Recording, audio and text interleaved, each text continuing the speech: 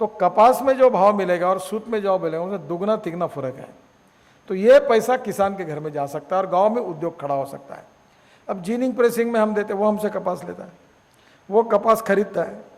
अब उसमें फायदा हो रहा था, बहुत कपास लिया। अभी कुछ जीनिंग प्रेसिंग वालों ने 15-15, 20-20 करोड़ दिए नहीं, कपास खरीद लिया, भाव डाउन हो गए, उनका बैंड बाजा बच चुका।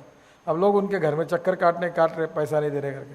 वो किसान मेरे पास आए, अब बोले आप सरकार से पैसे दो। मैंने बोला सरकार से कैसे मिले, आपने एक प्राइवेट वाले को बेचा, पैसे कहाँ से देंगे। और इसलिए वैल्यू एडिशन और giving employment to the huge amount of the people. Mahatma Gandhi ये कहते थे कि we want maximum production with the involvement of maximum number of persons. और पंडित जवाहरलाल नेहरू अक्सर ये बात कहते थे, वी वांट मैक्सिमम प्रोडक्शन। हमारी इकोनॉमी जो है वो रोजगार का निर्माण करने वाली होनी चाहिए।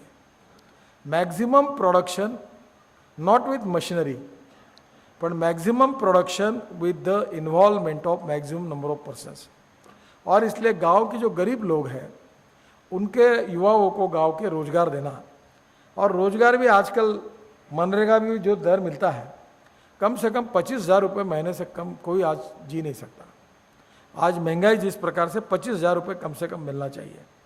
और इसलिए इकोनॉमिक वायबिलिटी के हिसाब से हमारे गांव में अगर हम उसी का उद्योग वही करेंगे, लोग विरोध करते हैं। इंडस्ट्रियल कॉरिडोर का सब्जेक्ट आया, बहुत लोगों में गुमराह किया गया कि ये लैंड सब किसानों की लैंड ले रहे, ये ले रहे, वो ले रहे। मैंने कहा कि क्या इंडस्ट्री केवल दिल्ली, मुंबई, कलकत्ता, चेन्नई, बेंगलोर में खुलनी चाहिए? जहाँ संतरा होता वहाँ संतरे की जूस फैक्ट्री लगेगी, जहाँ आंवला होता आंवले की कैंडी बनेगी, जहाँ कपास होता वहाँ सूत, कपड़ा, रेडीमेड गारमेंट उसी गांव में लगेगी। क्या गांव में इंडस्ट्री नहीं होनी चाहिए? क्या किसान और खेतीहर मजदूर के लड़कों को गांव में रोजगार नहीं मिलना चाहिए? क्या सबने नागपुर, मुंबई की झुकी झोपड़ी में आकर गंदे पानी के पास बसकर मोल मजूरी करके रिक्शा कुंडने का काम करना चाहिए क्या? गांव में ही अगर उसको रोजगार मिलेगा तो कोई क्यों आएगा? और इसलिए कभी कभी हमारी जो सोच है वो भी हमको बदलनी पड़ेगी। हम ऐसी इकोनॉमिक सोच को डेवलप करें जो रोजगार की निर्मित करने वाली है, जो रोजगार की निर्मित गांव में करने वाली है, जो रोजगार की निर्मित एग्रो वेस्ट मटेरियल से होने वाली है, जो रोजगार की निर्मित एग्रीकल्चर प्रोसेसिंग से होने वाली है, और जिस रोजगार की निर्मित में गांव के किसानों की, वहाँ के गरीबों की परचेसिंग पावर बढ़ने वाली है, और उसके साथ ही गांव का विकास होगा। और इसमें conversion of waste into wealth and conversion of knowledge into wealth, and knowledge means science, technology और ज्ञान, तीनों का उपयोग करके व्यवहारिक बात होनी चाहिए। मैं हमारे इस इंस्टीट्यूट के डायरेक्टर और उनके कर्मचारियों को आह्वान करूंगा कि कोई भी टेक्नोलॉजी जो है वो किसानों के लिए वायबल कैसे होती है, इसका प्रयोग होना चाहिए। नीरी के डायरेक्टर कल मेरे पास आए थे, मैंने कहा आपके पास इतनी टेक्नोलॉजी, आप गाँव क्यों नहीं जाते? आप 100 सरपंचों को बुलाओ और बताओ ये नीरी की टेक्नोलॉजी, आप बताते क्यों नहीं? आप सबके ड्यूटियाँ लगाओ या ऑफिस में एयर कंडीशन में मत बैठो, आप पहले गांव में जाओ। और हमारे एमएलए और एमपी ने गांव में टेक्नोलॉजी वाले सबको बुलाना चाहिए और उनका प्रेजेंट, अभी पावर पॉइंट प्रेजेंटेशन होता है गांव के लोगों को। और गांव के गरीब लोग हैं, भले अनपढ़ है, बड़ा ग्रास्प है उनमें। आपको पता नहीं होगा कि हमारे यहाँ एक bank of ideas and innovation करके एक मैं दिल्ली में ग्रामीण विकास मंत्री, मैंने एक योजना शुरू की और डॉक्टर अब्दुल कलाम साहब ने उसका उद्घाटन किया। तब मैं एक डॉक्टर माशेलकर जी है अहमदाबाद में, अपने माशेलकर जी जानते हैं आप उनको? अहमदाबाद में एक इंडिया इनोवेशन फाउंडेशन है और इंडिया इनोवेशन फाउंडेशन में 20,000 लोग गांव के, जिन्होंने टेक्नोलॉजी में रिसर्च करके इनोवेशन करके 20,000 टेक्नोलॉजीज उनके पास है अहमदाबाद में, जो गांव की है। कोई मैट्रिकुलेट है, कोई नॉन मैट्रिकुलेट है, उन लोगों ने रिसर्च करके टेक्नोलॉजी को डेवलप किया है। गांव में हमारे यहाँ बहुत अच्छे ब्रेन हैं, गांव में अनुभव के कारण उनको नॉलेज है पर उनको एक्सपोजर नहीं है। और इसलिए गांव में टेक्नोलॉजी को पहुंचाना, गांव के युवाओं की एंटरप्रेन्योरशिप को जगाना और गांव में उनको मार्केटिंग उपलब्ध करा के देना, that is the need of the hour. और इसके सिवा सोशियो इकोनॉमिक ट्रांसफॉर्मेशन नहीं होगा, किसानों की आत्महत्या नहीं रुकेगी।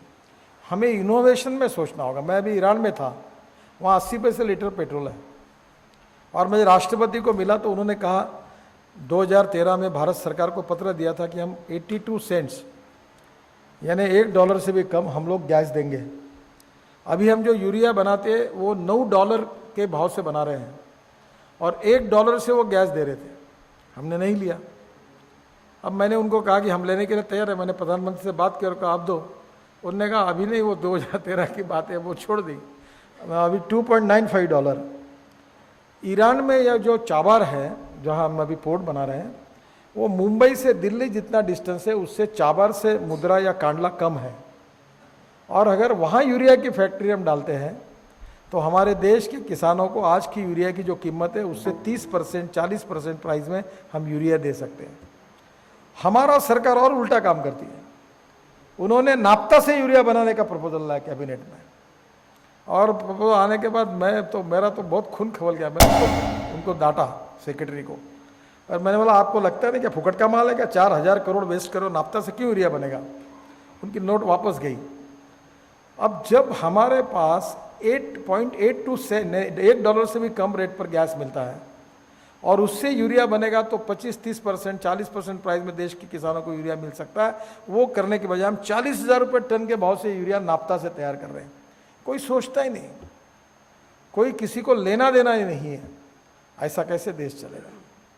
We have to reduce the price of the fertiliser, we have to find out the alternative for organic farming, we have to create fertilizer in our own farm, we have to obtain the technology which is economically viable, and we have to use the material which is waste having no value, and conversion of waste into wealth, इससे employment create होने में हमारा सबसे बड़ा फ़ायदा है।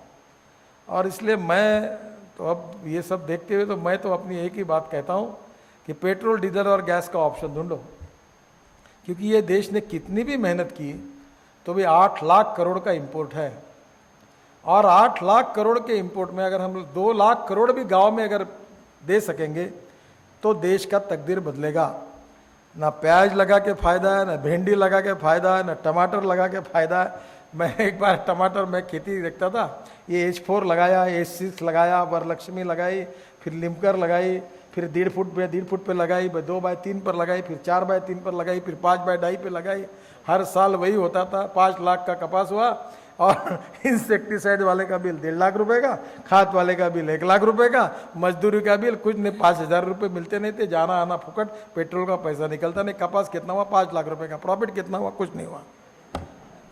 यही हालत है ना, यही हालत है सब जगह।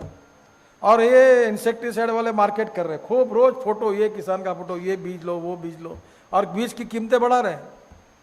और बीज की कीमत ऐसे बढ़ रही है कि बस, और इंसेक्टिसाइड की कीमतें बढ़ रही है, और रोज कोई तो भी एडवर्टाइजमेंट चलती है, और अपन बेचारे आज ये कंपनी को लो, कल वो, उसको लगता है, क्योंकि निराश आदमी जो होता है वो प्रयोग करता है कि इससे नहीं उससे होगा, उससे नहीं उससे होगा। जैसे तबीयत बिगड़ जाती है ना, एक डॉक्टर के पास जाओ, वो डॉक्टर लूट लेता, तो दूसरे डॉक्टर के पास वो लूट लेता, बोलता है एक्सरे निकालो, तीसरा बोलता पैथोलॉजी, चलो भेजाओ। अपने को क्या मालूम कि दोनों डॉक्टर के आपस में संबंध है और हम लूटते जाते हैं और तबीयत तो सुधरती नहीं। तो इसलिए अब आपको अपने पैरों पर खड़ा होना पड़ेगा। अपना खाद हमारे खेत में, अपने यहाँ गोमूत्र मारो या छाछ मारो या कड़ू नीम का, अभी यूरिया को हमने कड़ू नीम का कोटिंग करने का तय किया तेल का, क्योंकि वो यूरिया बांग्लादेश और पाकिस्तान चला जाता, यूरिया इंडस्ट्री में चला जाता। अब कहीं ना कहीं हमारे घर में हमारा खेत हम तैयार करेंगे, हमारा बीज हमारे घर में तैयार करेंगे, और हम लोग कॉस्ट ऑफ प्रोडक्शन जो हमारी है वो कम करेंगे और क्वांटिटी बढ़ाने की कोशिश करेंगे, और उसमें हम प्रॉफिट कमाएंगे। हमको हमारा अप्रोच, विजन और हमारा इस तरफ देखने का दृष्टिकोण बदले बिना इस कठिन स्थिति से मार्ग निकालना बहुत कठिन है। मैं निराश नहीं हूँ, मेरा विश्वास है कि जब अंधेरा होता है तो प्रकाश आता ही है, और इसलिए निराश होने का कोई कारण नहीं। ये बहुत अच्छा काम इन्होंने किया है, सॉइल हेल्थ कार्ड। हर किसान के वो जमीन की सॉइल का हेल्थ कार्ड अगर होगा कि हमारे ज़मीन में कौन सा कितना क्या है, उसके सिवा खेती करना ही बेकार है। पर हम साइंटिफिक जाते नहीं, और हमारे खेती में उसने लाया खत, हमने लाया खत, वो डालता 2 बोरे, हम डालते 3 बोरे। वो अरे भाई है क्या, ज़रूरत है कि नहीं है, पोटैश कम है कि कौन सा कम है, कोई देखेंगे नहीं, डालो खाद।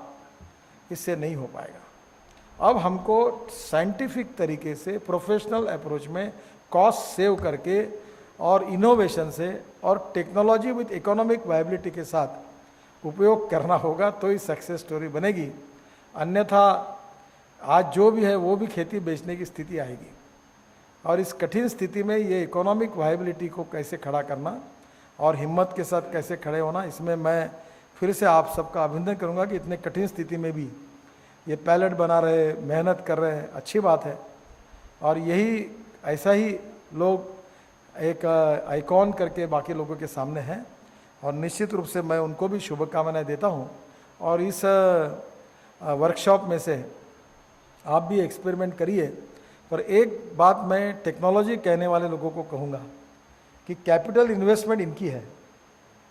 आपका तो 1 तारीख को तनख्वाह मिलने वाला है आपको नहीं मिलेगा तो आपको कोई पर इन्होंने बैंकों से कर्जा लिया और इनकी इकोनॉमिक वायबिलिटी नहीं होगी तो इनकी खेती बैंक वाले छोड़ेंगे नहीं। तो technology with economic viability with cost saving, ये भी आप जरूर स्टडी करके दीजिए ताकि ये लोग भविष्य में इनकी सक्सेस स्टोरी बने। मुझे लगता है प्रयोग करने से ही धीरे धीरे मार्ग निखेगा। आपल्याकडे मराठीत म्हण आहे, वाळूचे कण रगडिता तेल ही गळे। तो ऐसा प्रयास करना कंटिन्यूअस चालू रखना चाहिए और मुझे लगता है कि निश्चित रूप से आपको इसमें अच्छा यश मिलेगा। मेरी बहुत बहुत शुभकामनाएं। धन्यवाद।